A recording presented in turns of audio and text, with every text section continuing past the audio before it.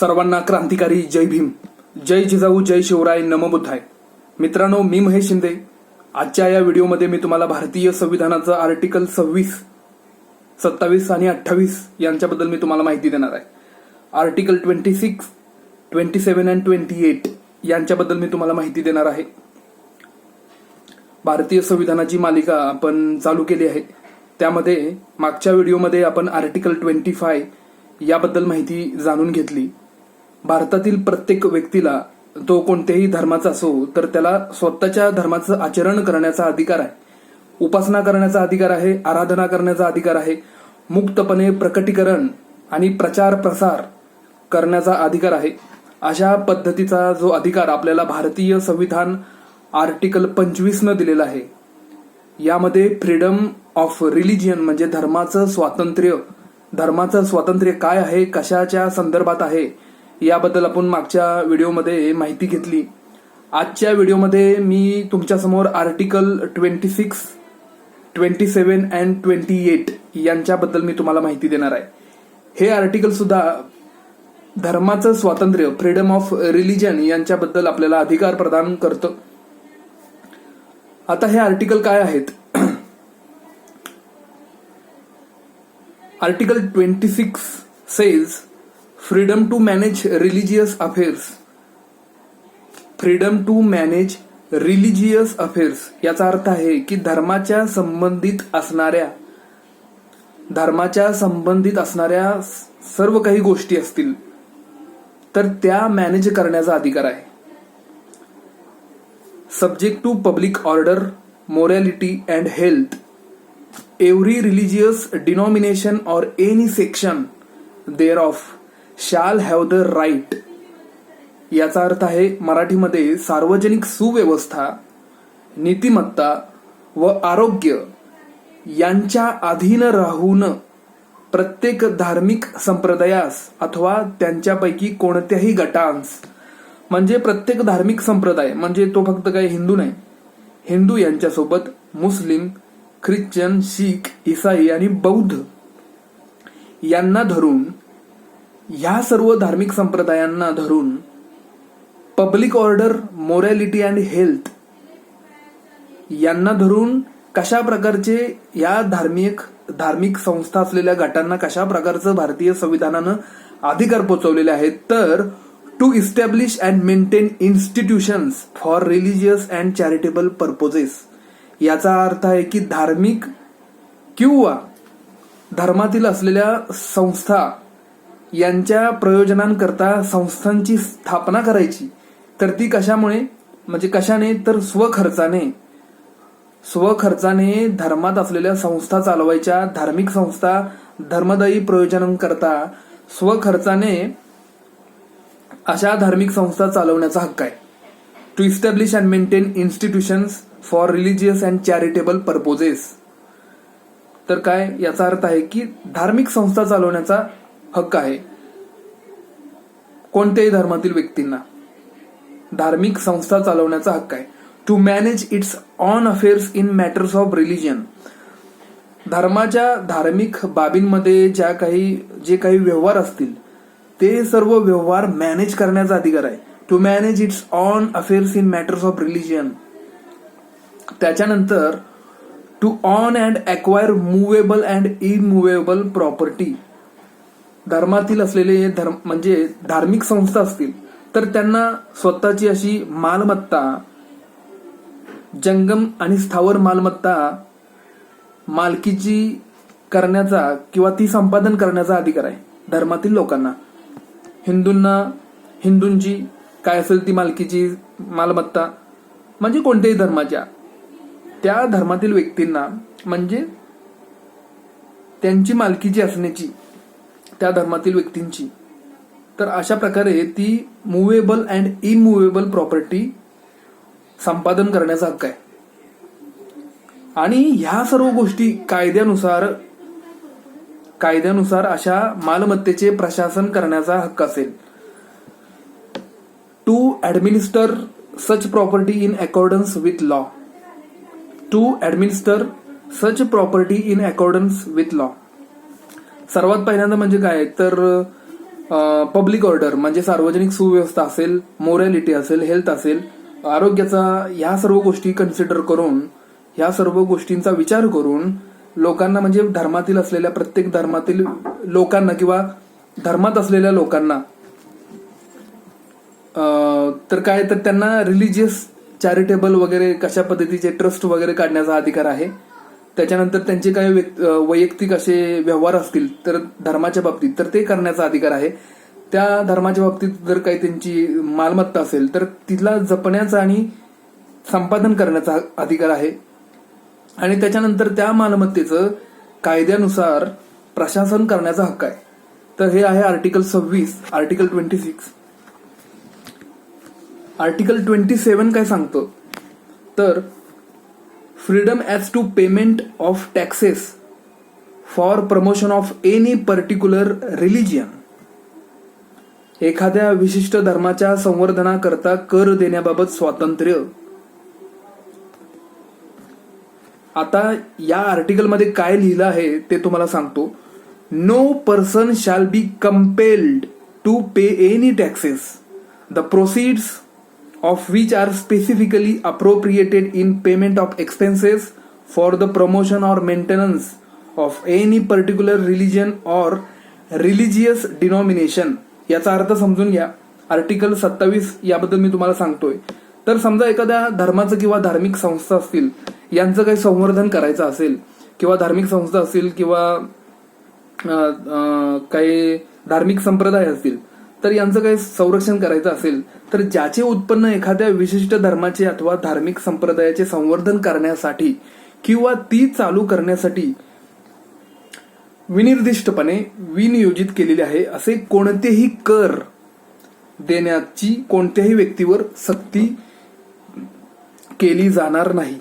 कर देण्याची सक्ती केली जाणार नाही. 27 आर्टिकल नुसार समजा एखादा धर्म आहे, समजा हिंदू धर्म आहे. हिंदू धर्मातील व्यक्तींनी ठरवलं की हा कर लावायचा, यांच्याकडून जबरदस्तीने कर लावून पैसे घ्यायचे, टॅक्स लावायचा. तर अशा प्रकारचा कसलाही कर कोणत्याही व्यक्तीवरती जबरदस्तीने लावले जाणार नाहीत. No person shall be compelled to pay any taxes. No person shall be compelled to pay any taxes. कोणत्याही व्यक्तीवर कर देण्याची कोणत्याही व्यक्तीवर सक्ती केली जाणार नाही. हे आहे आर्टिकल 27. म्हणजे धर्माच्या किंवा धार्मिक संस्था असतील यांना विशिष्ट कर देण्यापासून कोणत्याही व्यक्तीवरती जबरदस्ती केली जाणार नाही. हे भारतीय संविधानाचे 26 आणि 27 हे 2 आर्टिकल्स आहेत. पहिले 25 याबद्दल मी तुम्हाला माहिती दिली मागच्या व्हिडिओमध्ये. आजच्या व्हिडिओमध्ये 26 आणि 27 आणि शेवटचं आर्टिकल आहे ते 28. 28 आर्टिकल काय सांगतं तर इंग्रजीमध्ये सांगतो freedom as to attendance at religious instruction or religious worship in certain educational institutions.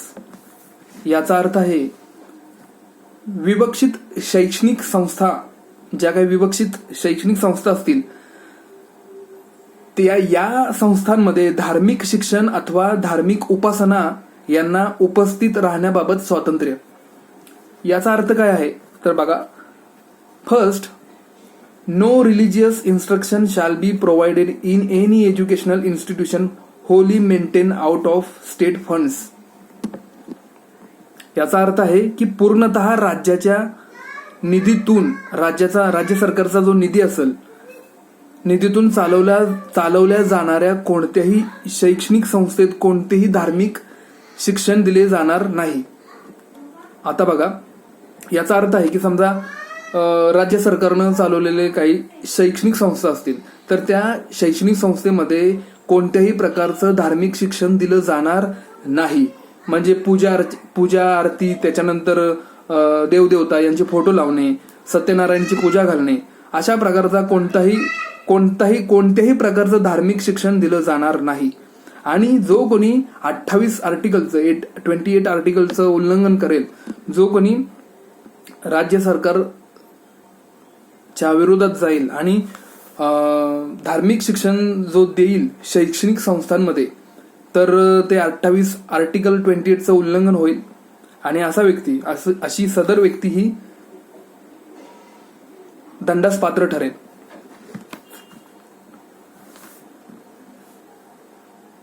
पुन्हा एकदा सांगतो तर पूर्णतः राज्याच्या निधीतून चालवल्या जाणाऱ्या कोणत्याही शैक्षणिक संस्थेत कोणतेही धार्मिक शिक्षण दिले जाणार नाही.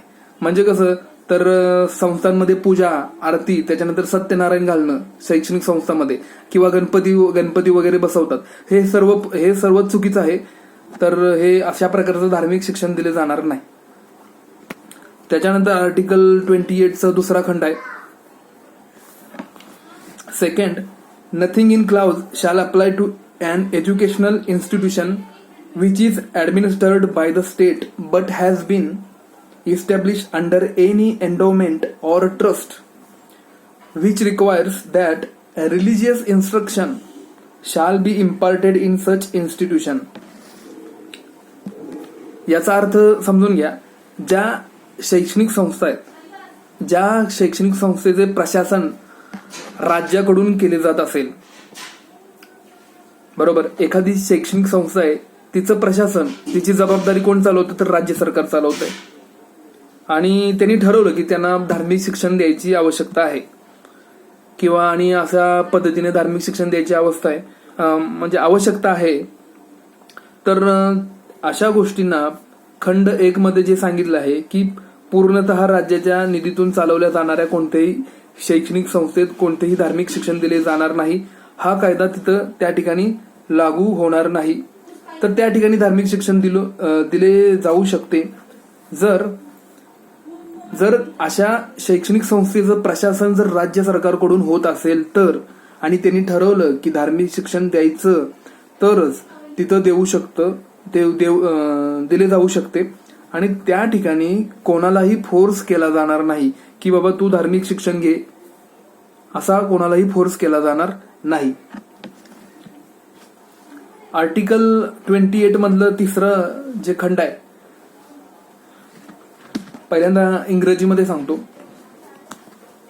No person attending any educational institution recognised by the state or receiving aid out of states funds shall be required to take part in any religious instruction that may be imparted in such institution or to attend any religious worship that may be conducted in such institution or in any premises attached thereto unless such person or if such person is a minor his guardian has given his consent thereto.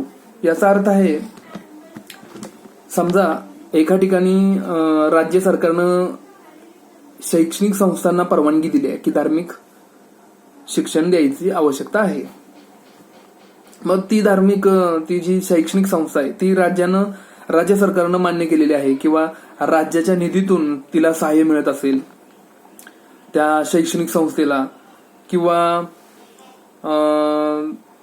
अशा शैक्षणिक संस्थेमध्ये एक धार्मिक शिक्षण दिलं जात असेल किंवा त्या ठिकाणी धार्मिक उपासना वगैरे दिली जात असेल. आणि समजा एखादी व्यक्ती लहान आहे आणि तिला जर वाटलं की मला तिथं त्या ठिकाणी धार्मिक शिक्षण त्याची उपासना किंवा आराधना करायची आहे, मला तिथं जायचं आहे, आणि ती व्यक्ती लहान आहे, बालक आहे किंवा ती आज्ञेन आहे, तर अशा व्यक्तीनं काय करायचं तर आपल्या पालकांकडून परवानगी घ्यायची, आपल्या आई वडिलांकडून परवानगी घ्यायची की मला तिथं जायचं आहे म्हणून. जर त्यांनी संमती दिली तरच अशा व्यक्तीला ते धार्मिक शिक्षण दिलं जाऊ शकतं.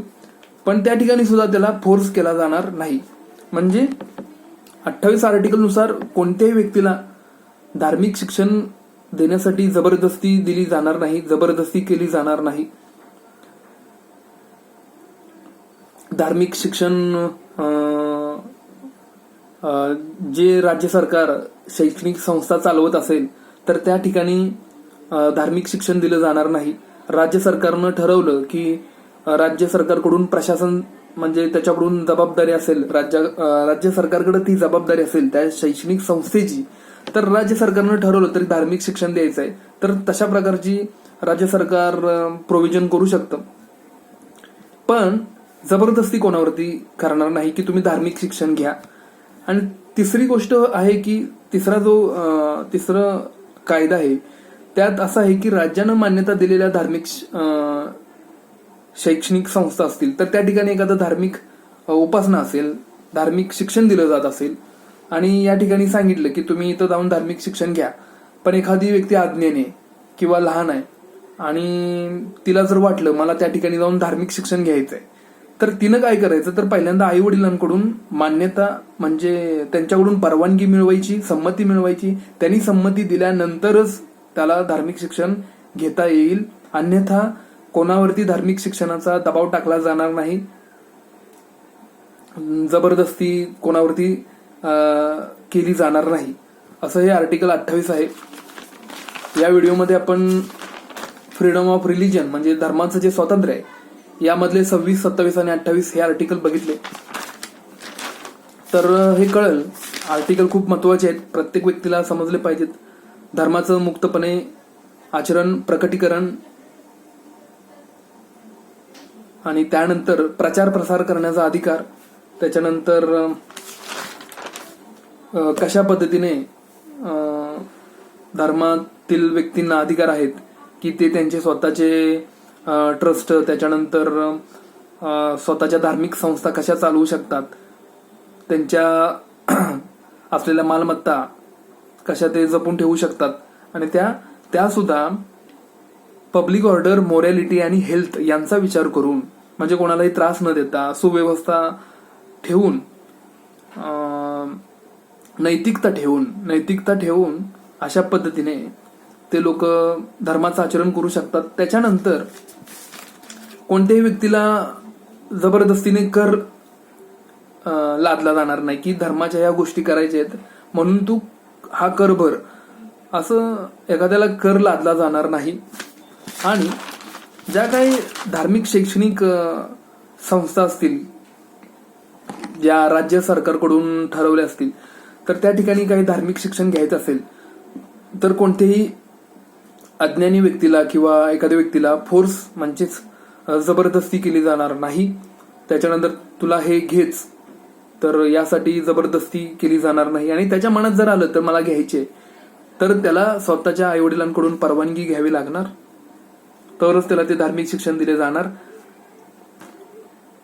आणि राज्य सरकारची परवानगी नसेल, राज्य सरकारनं जर परवानगी दिली नाही आणि राज्याच्या निधीतून काही शैक्षणिक संस्था असतील, म्हणजे शाळा वगैरे असतील, अशा काही शैक्षणिक संस्था असतील आणि त्या ठिकाणी राज्य निधी पोचवत असेल, त्या राज्यांच्या अंडर येत असतील, तर त्या ठिकाणी कोणतेही धार्मिक शिक्षण दिले जाणार नाही. धन्यवाद.